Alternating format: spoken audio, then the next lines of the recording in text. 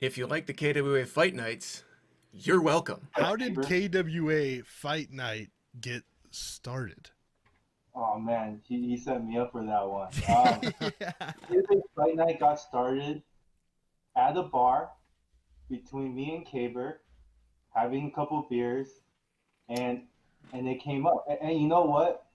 I gotta give Kaber a lot of credit because this was his idea. Like the reason why he's part of the project and the reason why he's gonna be a big part of the project is because that beer got us going, and Oh. it got everything, and this thing, happened because A of lot that. of lot of good ideas come from drunkenness. Greetings, nerds. It's about 2:20 in the afternoon on the 16th of April, 2021, and the latest KWA Fight Night is about to drop in, I don't know, like 2-3 hours, somewhere in there. This is going to be the card where Manny from LTD takes on Virus from Union, and that's actually a really good card. I know everything that's going to happen because my voice is on there because I did commentary because I saw this thing like a month ago. It's so good. These KWA Fight Night series, hey Siri, these Fight Night cards are getting real popular because it's a pretty unique format.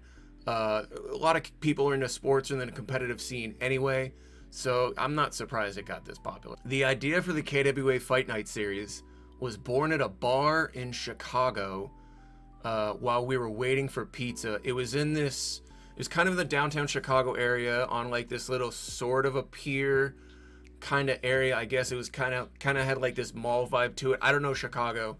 My Chicagoans should tell me where this was at. But I can actually, at some point, I'll probably figure out what the actual bar is called.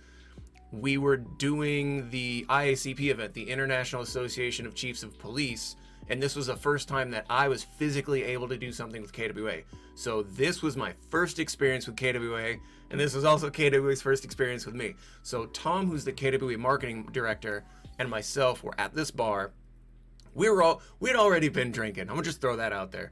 And we just started talking about like nerd level airsoft stuff, like how much we love the competitive scene, how fascinated we are by like the rise of Speed QB and that whole movement and culture thing, and just all this nerdy stuff. He's also a big sneakerhead. He's a big basketball fan. I'm a big fight fan. I'm just a nerd in general. So Tom and I got to sort of talking about not necessarily the future of competitive airsoft, but just like stuff that we think would be cool that we would like to see from other sport aspects. Like, oh, well, in basketball, they do this kind of format other than the traditional thing, or, in football, they do this, or baseball has, like the home run derby. Airsoft doesn't really have that. Everyone just sort of plays airsoft and that's it. So I told Tom about this thing that I was doing at the Airsoft Ministry. Now, back in the Airsoft Ministry days, I used to hold tournaments, usually around 9 in the morning, and we'd typically get done by about 1-ish, 2-ish or so.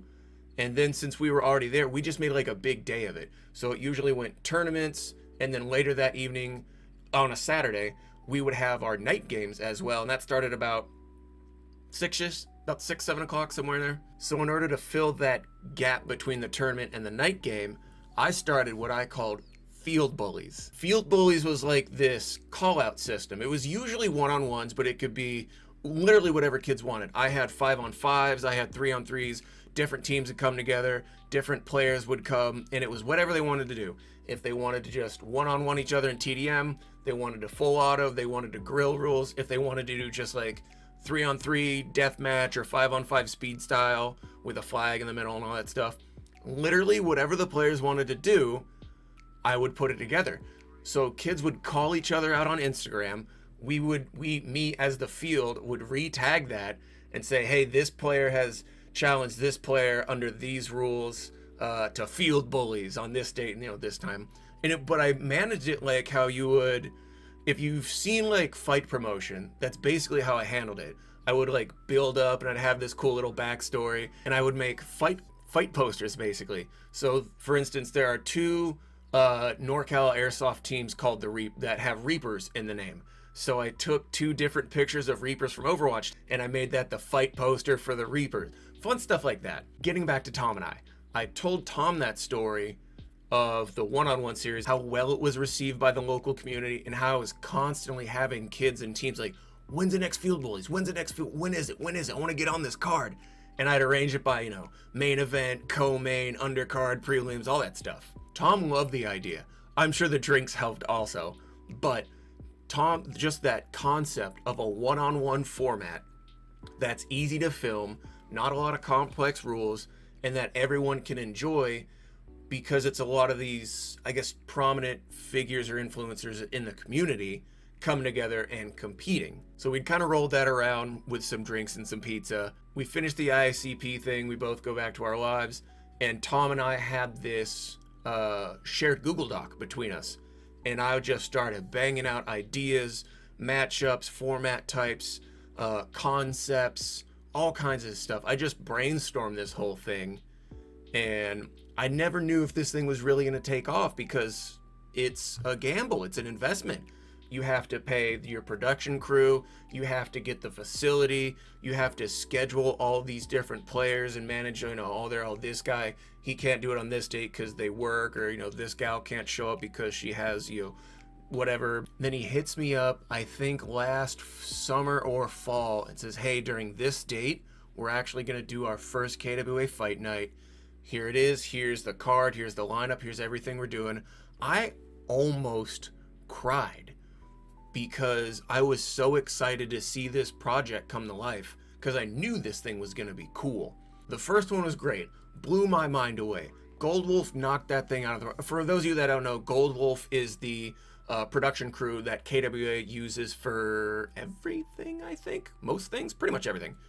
Then I saw the most recent one, and it was, in my opinion, it's better. The second card that they did, which they'll be releasing today in a matter of hours, the second one, my opinion, is better than the first one. First one was on point.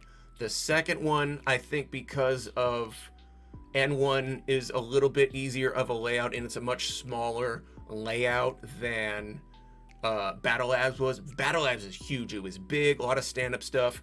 N1 is not a very big field. So from a production standpoint, it's much easier to film all the different aspects and all the little intricacies that the players are going to do. And dude, the second one is so good. Oh, it's so good. And it's also good because your boy does commentary with Cole from ASAP and with Sapo from SYG. Oh boy, was that fun. We can do commentary on anything because it's really just Cole and myself sounding like two ridiculous drunken knuckleheads. And then Sapo comes in and just sees all this technique and all these intricacies in the movement and the footwork and the positioning. And me and Cole are just like, what? Okay, let's just tell some dick jokes. I'm stoked for this thing. There will be some other ones happening on the East Coast. I will be doing one in NorCal. I have sent invitations out to those players already. But this KWA Fight Night thing, it's not just in SoCal. So the SoCal deals or the SoCal promotions or the SoCal cards, whatever you want to call them, is kind of been like a test run to sort of see like, okay, our players going to dig this? What does our budget look like? Like, is this something we can feasibly do on a fairly regular basis? And they're already planning a third one, and I will be going down to watch them do the third card. But you need to pay attention to what KWA is doing right now, because they're doing content no one is really doing right now, and it's free. Caber, who the f are you, nerd?